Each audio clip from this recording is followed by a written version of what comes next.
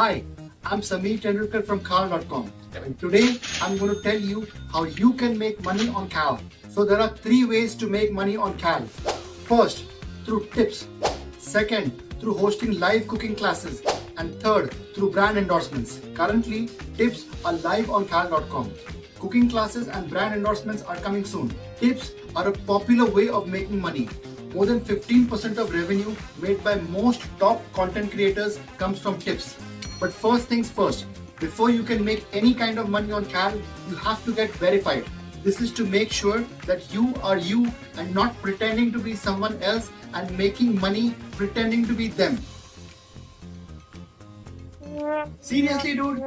I know that sucks, right? In order to get verified, just click on the blue button on the top of the Khal page and it will get you to this form. Here, you will have to add your name, address and the front and back of your government issued ID.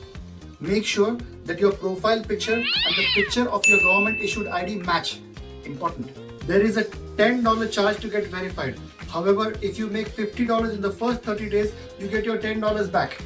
Once you get verified, all your recipes will have the send tip option by default.